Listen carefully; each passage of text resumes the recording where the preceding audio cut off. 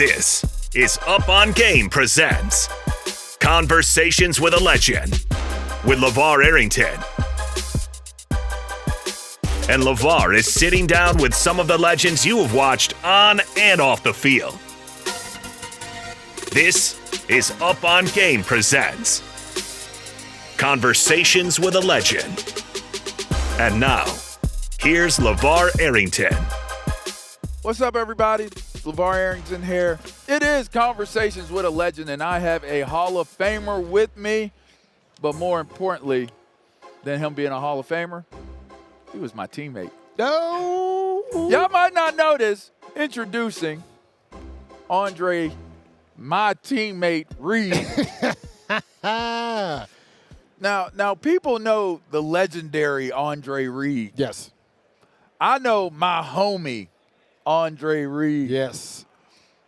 The coolest thing about when you play with legends, you get to take credit for yourself being a part of greatness, right? Mm. So, got to be with you. You're one of the all-time great receivers of the game. Got to play with Prime, Bruce. one of all times.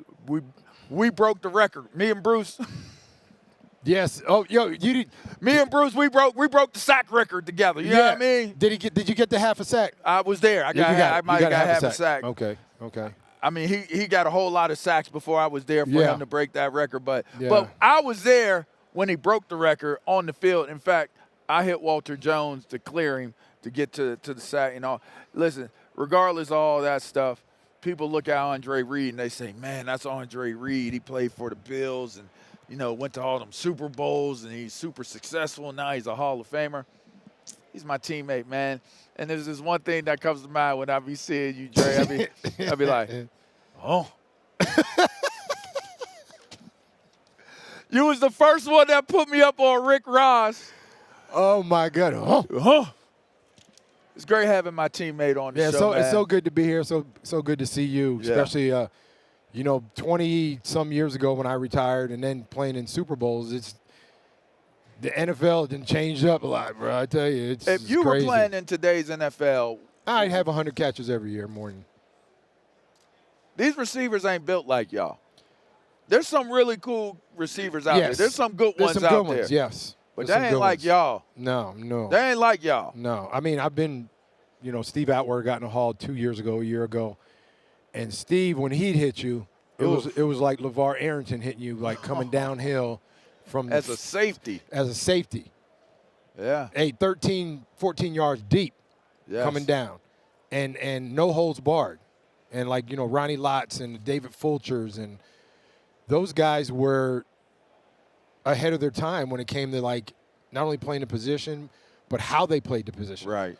These guys play the position now to not do that because it can cost the game. It can cost the game, bottom line. The fact that you were as brilliant a receiver as you were, and just speaking on what you're talking about, you can't really hit guys like that anymore. I can't imagine you were fearless to catch the ball and get hit by the Steve Atwaters. It was part of the deal, yep.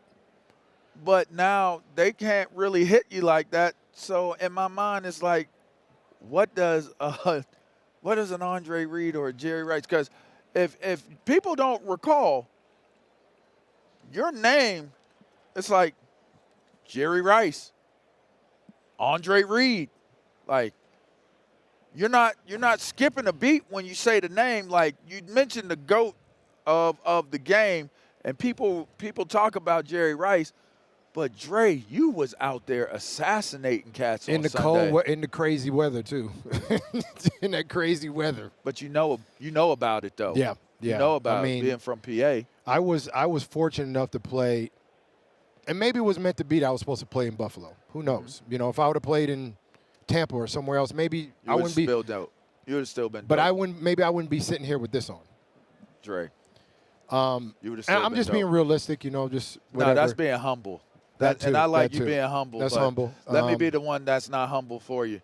You would have been a Hall of Famer wherever you went. No, I appreciate that. I think guys change the game. They transcend the game in some kind of way. And the way the game is now, more guys can transcend the game because it's more open. It's wide open now. Does that bother you a little bit?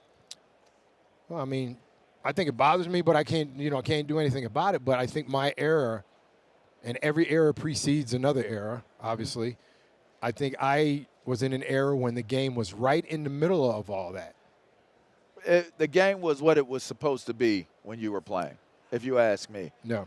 If I'm going to say there was a golden era of time, it would have been y'all's era. Like the 90s. The 90s. Oh. Late 80s, early 90s, mid 90s. Mid-90s. And then it all changed as soon as 98, 99 came along. And when I came to the Redskins. The now Commanders. Now right. Commanders. Yeah. That's when it was evident of the game changing. It was changing. Huh. And, it made it different for not only the players, fans watching the game. Yeah. And then fantasy football started really back then to a certain point. Yep. That's a big part of the game. But I was fortunate enough to play in that era, and we all, make our impacts as much as we can in the eras we played. And we are afforded to do that. And I think the game has, done a lot for me.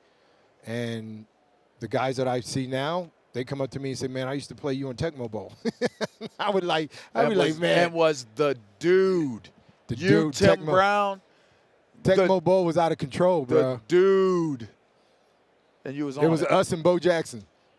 That's silly. That's silly ass game. That game so remedial compared to games now. Yeah. And we was up on that joint using Andre Reed. Yeah, that was crazy. And then you ended up being my teammate, man. It still blows me away that we were like, you was my homie, like Andre Reed, like we. I was like, LaVar, I gotta hang out with LaVar a little bit. That's crazy. Yeah. And we had a good time. And the thing is, I was telling some of my people that I'm here with that, what would me right now say to the 15-year-old me if he was out there? Right. What would you say? I would say the 15-year-old me would be tripping because I would say all this stuff. Hey, this is what's going to happen to you in 35, 40 years, 50 years. And I think the 15-year-old me would get up and just leave. Dang. Because it'd be overwhelming. Yeah. Yeah. I'm sure.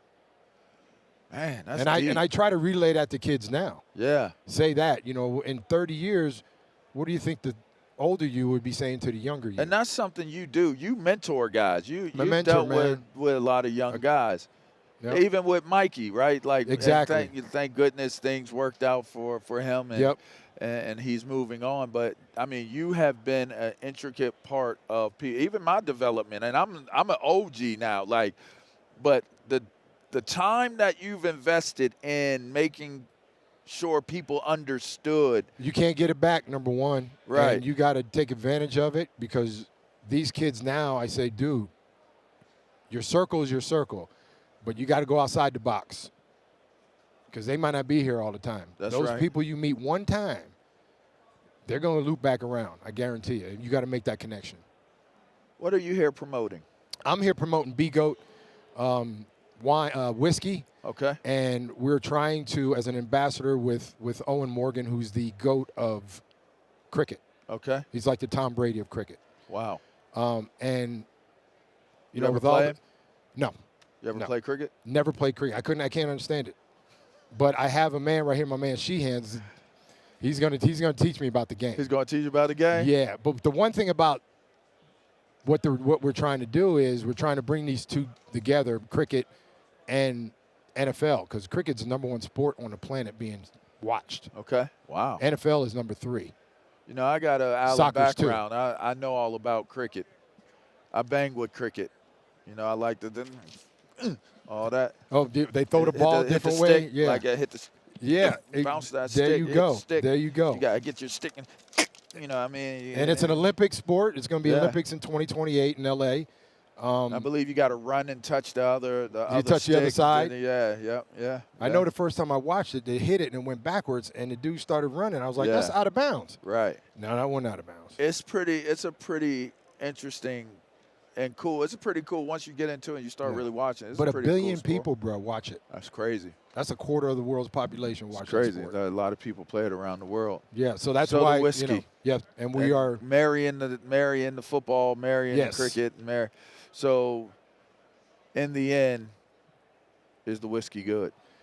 I haven't tasted the whiskey, but it's being distilled in Denver. Okay. And one of the best distilleries in Denver. So I believe it's. You feel good about it? Oh yeah.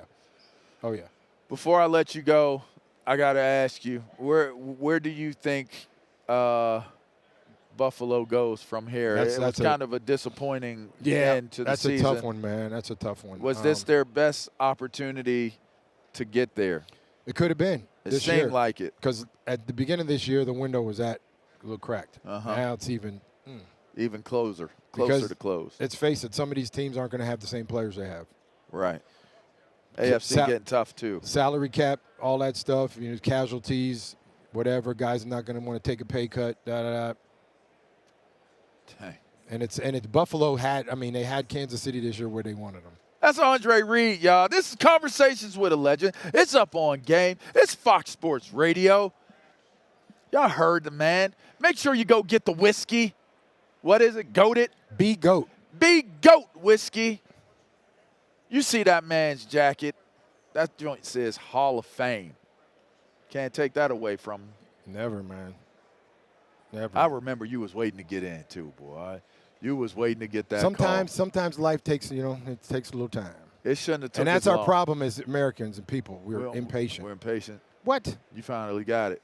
Shoot, you wake up looking for stuff and you know it ain't there because you impatient. Damn. You're just impatient for no reason at all.